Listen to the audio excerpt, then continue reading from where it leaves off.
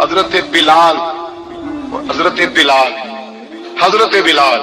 رضی اللہ تعالیٰ حضرت بلال آئے جناب عمر سے ملنے، کیسے وہ کسرا بھی آئے تو عمر خاطر میں نہ لائے، اور بلال حبشی دروازے پہ داخل ہوئے تو فاروق اعظم نے کرسی چھوڑ دی، ہاتھ باندھ کے کونے میں کھڑے ہو گئے، کالا رنگ ہے، نام بھی لکھنا نہیں جانتے، زمانے میں تعارف کوئی نہیں، حضرت عمر نے ہاتھ باندھا ہے، لوگ کہنے لگے عمر تو کیسے ہو، کسرا سے نہیں ڈرتا، یہ کون آ رہا ہے جس کے لیے تیرا اتنا استقبال ہے؟ حضرت عمر کہنے لگے چپ کر جاؤ، اس کی بات نہ کرنا، اسے آنے دو، اسے آنے دو، اس کی بات نہ چھیڑنا۔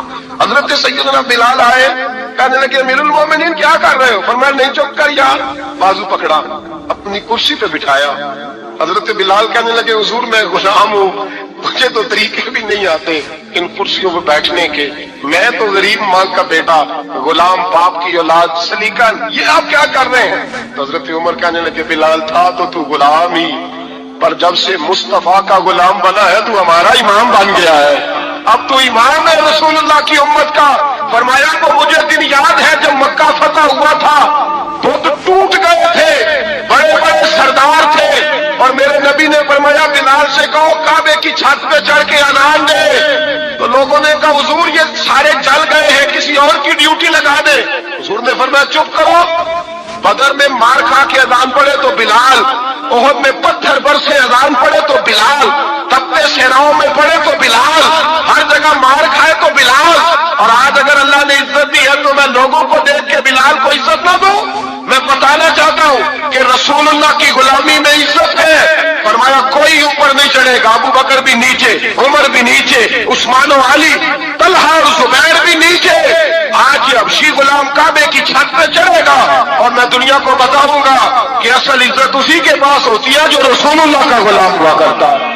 بھائی یاد رکھیں عزت حضور کی غلامی میں ہے، نہ یہ دیکھو میری برادری کیا کہتی ہے۔ حضرت سلمان فارسی گورنر تھے، کھانا کھا رہے تھے، دسترخوان بچھا تھا، رسول پاک صلی اللہ علیہ وسلم کا فرمان ہے روٹی کا لقمہ دسترخوان پہ گرے اٹھا کے کھا لو، اللہ تمہاری بخشش فرما دے گا، دسترخوان صاف ہوتا ہے۔ حضرت سلمان فارسی روٹی کھا رہے تھے، سفیر وزیر نہ جانے بڑے بڑے لوگ بیٹھے تھے، کھانا کھاتے کھاتے لقمہ گرا دسترخوان پہ، حضرت سلمان فارسی نے سمیٹا، منہ میں رکھا، پھر انگلی مار کے دسترخوان صاف کیا۔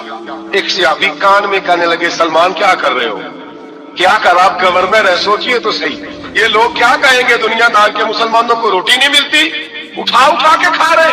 کان میں بات کی، کان میں، حضرت سلمان فارسی کان میں جواب دے سکتے تھے، کہہ سکتے تھے نہیں ایسے ہی کرنا ہے، انہوں نے کان میں بات کی، لیکن جناب سلمان فارسی اعلان بولے، کہنے لگے ان 4 5 6 دنیا داروں کے لیے میں اپنے نبی کا طریقہ چھوڑ دوں، اپنے رسول کی سنت چھوڑ دوں؟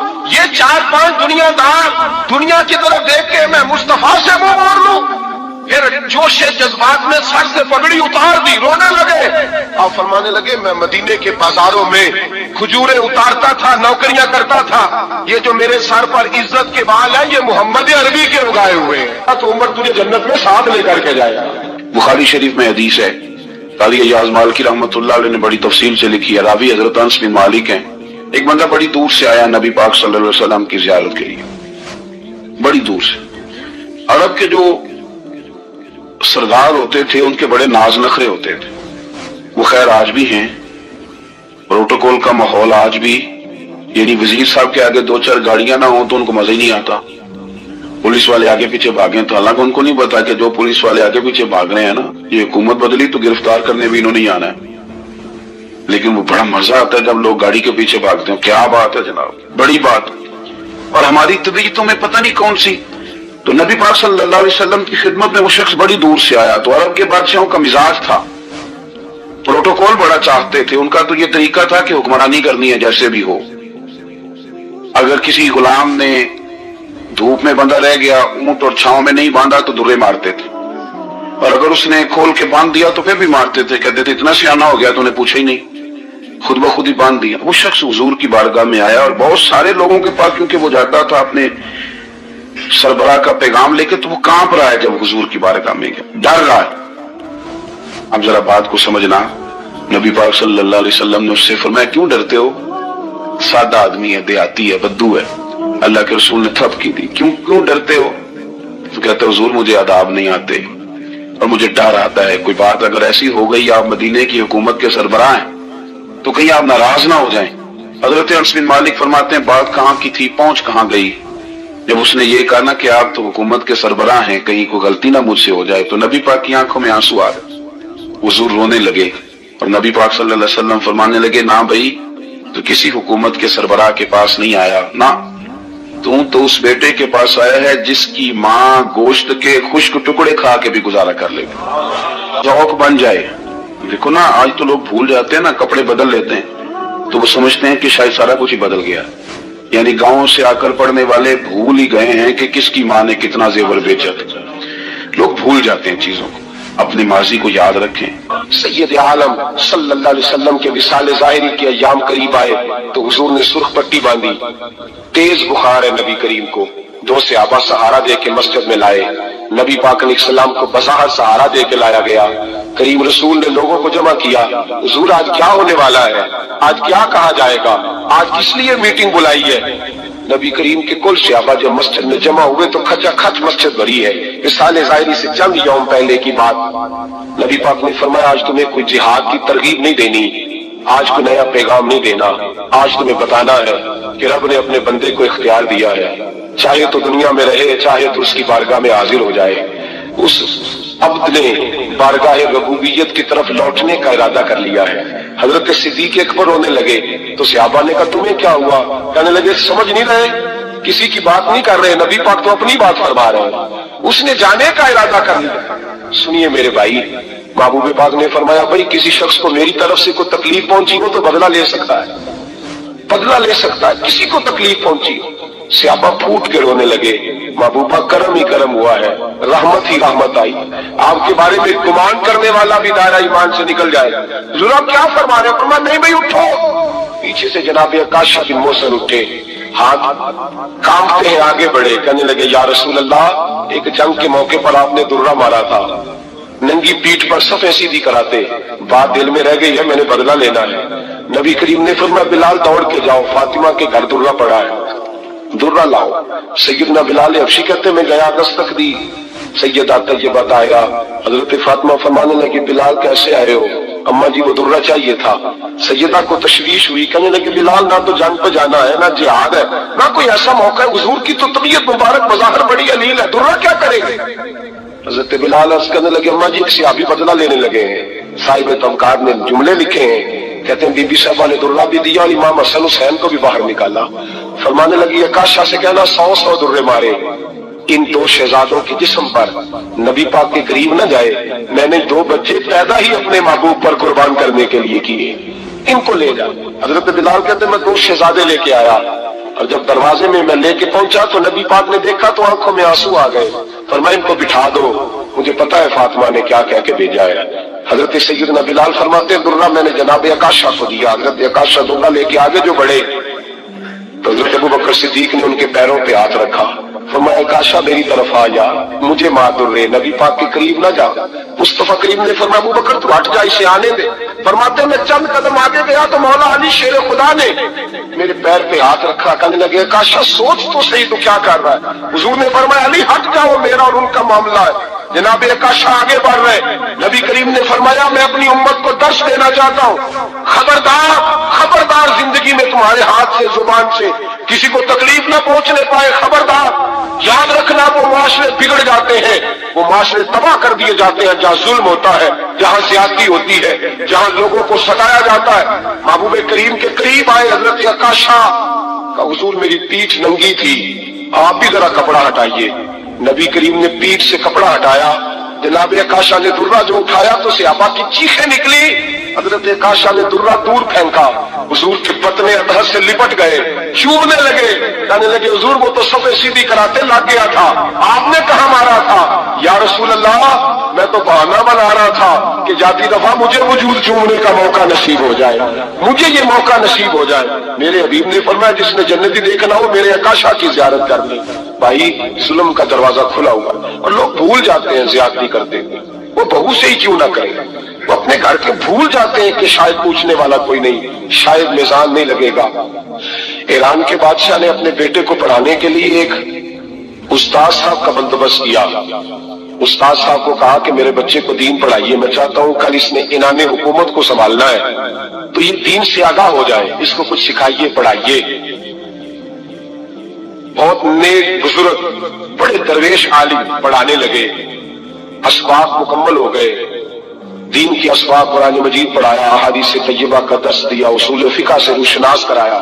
جب بچے نے مکمل تعلیم حاصل کر لی اور آمین ہو گئی، دستار ہو گئی، فارغ ہو گئے، تو پھر ایک دن استاد صاحب نے کہا بیٹے کل تم نے ضرور آنا ہے، کچھ بات کرنی ہے۔ شہزادہ گیا ملنے استاد صاحب سے، استاد صاحب نے کنڈی لگا لی، ہاتھ میں درہ پکڑ لیا، مار مار کے پورے وجود کو زخمی کر دیا، کوئی غلطی نہیں، کوئی بات نہیں، مارا۔ اب بچہ آیا آ کے بادشاہ سلامت سے کہا کہ ابا جی سمجھ نہیں آئی، بڑا مارا ہے استاد۔ تو سیانے تھے نا بادشاہ، یہاں تو قاری صاحب روز کٹہرے میں کھڑے ہوتے ہیں، مولوی صاحب آپ نے میرے بچے کو کیوں مارا ہے؟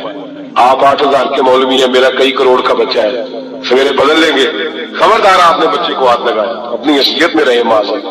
جو قومیں استادوں کو کٹہروں میں کھڑا کرتی ہیں وہ ترقی نہیں کر پاتی، جو استادوں کو کٹہروں میں روز کھڑا کرتے ہیں۔ کہا ابا جی بڑا مارا ہے، تو والد بڑے سمجھدار تھے، کہنے لگے بیٹا استاد باپ ہوتا ہے، کوئی زیادتی نہیں کرتا، کوئی بات ہوگی میں تیرے استاد کو کٹہرے میں نہیں بلاؤں گا۔